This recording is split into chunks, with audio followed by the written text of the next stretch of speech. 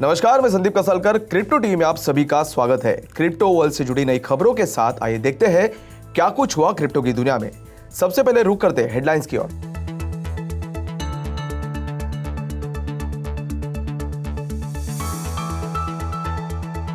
Crypto fallout के रूप में बेबल फाइनेंस ने कस्टमर विड्रॉल्स को किया halt. Crypto hedge fund 3 Arrows asset sales और बेलआउट पर कर रहा है विचार। 3 एरोज कैपिटल ने एक वॉलेट में सभी स्टेक इथेरियम को किया लिक्विडेट। क्रिप्टो करेंसी की गिरावट में आया ठहराव, $20,800 पर रहा बिटकॉइन। जांच के बीच विड्रॉल फ्रीज के बारे में SEC के साथ बातचीत में है सेल्सियस।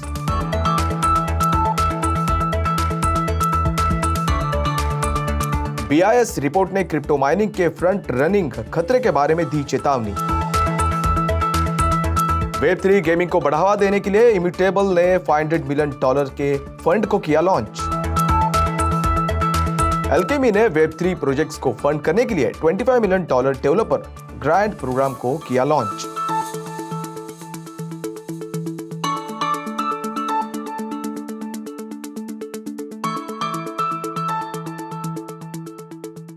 अब देखते हैं खबरें विस्तार से। Hong Kong based crypto lender Babel Finance के एक वेबसाइट पर किए गए घोषणा के अनुसार कंपनी ने विड्रॉल्स और रिडेम्पशंस को सस्पेंड कर दिया है। मार्केट में बड़े उतार चढ़ाव और इंस्टीट्यूशनल मार्केट पार्टिसिपेंट्स के बीच कंडक्टिव रिस्क इवेंट्स का जिक्र करने से पहले बयान में कहा गया है कि Babel Finance unusual liquidity pressures का सामना कर रहा है।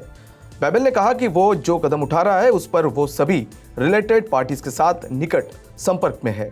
पिछले महीने बेबल ने सीरीज बी राउंड में $2 बिलियन के वैल्यूएशन के साथ $80 मिलियन जुटाए थे। 2021 के अंत में बेबल फाइनेंस के पास $3 बिलियन से ज्यादा का आउटस्टैंडिंग लोन बैलेंस था, जो पिछले फरवरी में $2 बिलियन से ज्यादा देखा गया था। मंथली डेरिवेटिव्स ट्रेडिंग वॉल्यूम में इसका औसत $800 मिलियन था और ऑप्शंस प्रोडक्ट्स में $20 बिलियन से ज्यादा का स्ट्रक्चर और ट्रेड किया था। वॉल स्ट्रीट जर्नल ने फाउंडर्स का हवाला देते हुए शुक्रवार को बताया कि crypto currency focus hedge fund 3 arrows capital limited ने अपने इन्वेस्टर्स और लेंडर्स के लिए सॉल्यूशंस निकालने में मदद करने के लिए लीगल और फाइनेंशियल एडवाइजर्स को हायर किया है। फाउंडर में से एक काइलर डाइविस के अनुसार 3 एरोज एसेट की सेल्स और दूसरे फर्म द्वारा रेस्क्यू के साथ ऑप्शंस की खोज कर रहा है। फंड क्रेडिटर्स के साथ एक समझौते पर पहुंचने की उम्मीद कर रहा है, जो इस योजना बनाने के लिए और अधिक समय देगा। फर्म अभी भी काम कर रही है क्योंकि ये एक सॉल्यूशन चाहती है। लगभग 10 साल पुराना हेज फंड, जिसे फॉर्मर स्कूलमेट्स और wall street currency traders Suju और डेविस द्वारा शुरू किया गया था। इस साल अप्रैल में मैनेजमेंट के तहत एसेट में लगभग $3 बिलियन थी। 3 एरोज के अनुसार फंड के सभी इन्वेस्टर इंस्टीट्यूशंस या वेल्दी इन्वेस्टर्स है, जो फर्म सिंगापुर के फाइनेंशियल रेगुलेटर और सिंगापुर के मॉनिटरी अथॉरिटी को अपने रिसेंट डेवलपमेंट से अवेयर कर रहे हैं। शुक्रवार को crypto hedge fund 3 arrows capital ने अपने एक वॉलेट में अपने सभी स्टेक इथेरियम STETH होल्डिंग्स को लिक्विड कर दिया। इंसॉल्वेंट हेज फंड ने हाल ही में डेब्ट्स और आउटस्टैंडिंग लोन्स का भुगतान करने के लिए अपनी STETH और इथेरियम यानी ETH होल्डिंग्स को बेच दिया है। क्रिप्टो मार्केट के लिए 3 एरोज कैपिटल ने लिक्विडेशंस के कॉन्सिक्वेंसेस गंभीर होंगे। 3 एरोज कैपिटल ने कल एक वॉलेट एड्रेस से $6.1 मिलियन USDT के लिए 5500 STETH को स्वैप किया था। ऐसे में ट्रांजैक्शन के बाद उस वॉलेट एड्रेस के पास नियरली 14,118 STETH बैलेंस दिखे। हालांकि 17 जून को 3 एरोज कैपिटल ने रिमेनिंग 14,118 STETH को 2 ट्रांजैक्शंस में अप्रोक्सीमेटली 13.5 मिलियन USDT के लिए एक्सचेंज किया था। इथस्कैन के आंकड़ों के मुताबिक कंपनी ने पहले 6.86 मिलियन USDT के लिए 7,000 STETH और फिर 6.79 मिलियन USDT के लिए 7,118 STETH खरीदी थी। हाल ही में सेल ऑफ के बाद शॉर्ट टर्म स्पेकुलेटर्स को बाहर करने के बाद क्रिप्टो करेंसीज में हाल के समय में गिरावट धीमी हो गई है। शुक्रवार को यूएस स्टॉक्स में तेजी के रूप में कॉन्फिडेंस भी लौटा, क्योंकि कुछ इन्वेस्टर्स ने फ्यूचर्स और ऑप्शंस एक्सपायरी से पहले अपने शॉर्ट पोजीशंस को कवर किया, जबकि कुछ दूसरे ने दाव लगाया कि आर्थिक मंदी की आशंका से शुरू हुई सेल ऑफ अपने फ्रेश इकोनॉमिक डेटा डिमांड में कूलिंग का संकेत दे रहा है। ऐसे में ब्रॉडर मार्केट S&P 500 को 0.97% के उछाल के साथ ट्रेड करते हुए देखा गया। वहीं टेक हेवी नैस्डैक ने भी अर्ली मॉर्निंग यूएस ट्रेड्स ने 1.7% की बढ़त देखी। दूसरी तरफ क्रिप्टो कम्युनिटी में गहरी उथल पुथल के बीच बेबल फाइनेंस इस हफ्ते विड्रॉल्स को फ्रीज करने वाला दूसरा मेजर डिजिटल एसेट लेंडर बन गया है।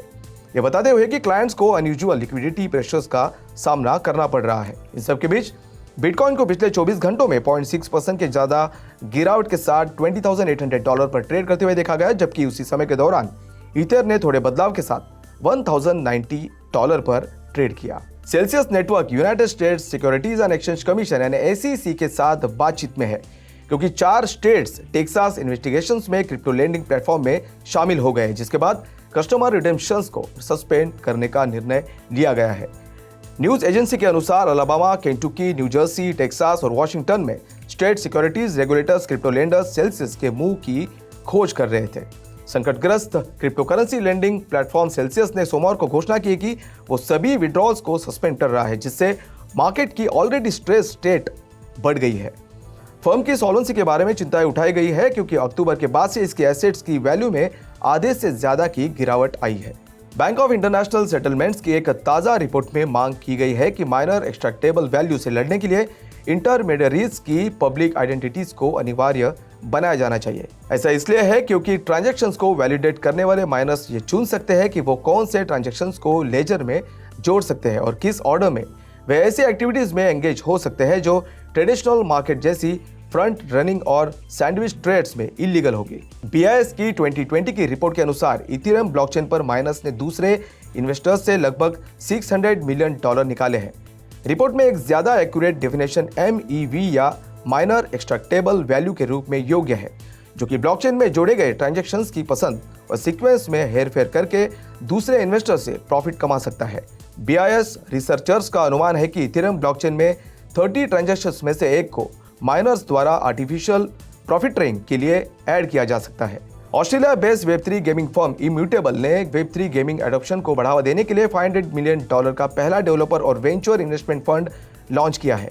कैपिटल का इस्तेमाल वेब3 गेम्स और NFT फोकस कंपनीज के निर्माण के लिए इसके layer 2 Ethereum focus platform immutable x पर प्रोजेक्ट्स को फंड देने के लिए किया जाएगा। इसका फंड एडिशनल इन्वेस्टमेंट अपॉर्चुनिटीज जैसे Bitcraft, Animoca brands, Arrington capital, double peak, Airtree, King River capital और गेम स्टॉप के साथ दूसरे वेब3 गेमिंग और NFT फोकस इन्वेस्टर्स के साथ साथ स्ट्रैटेजिक गेमिंग पब्लिशर्स के साथ भी कोलैबोरेट करेगा। मार्च में इम्यूटेबल ने सिंगापुर बेस्ड टेमासेक के लीड में $200 मिलियन सीरीज C राउंड को क्लोज कर दिया, जिसकी वैल्यू $2.5 बिलियन थी।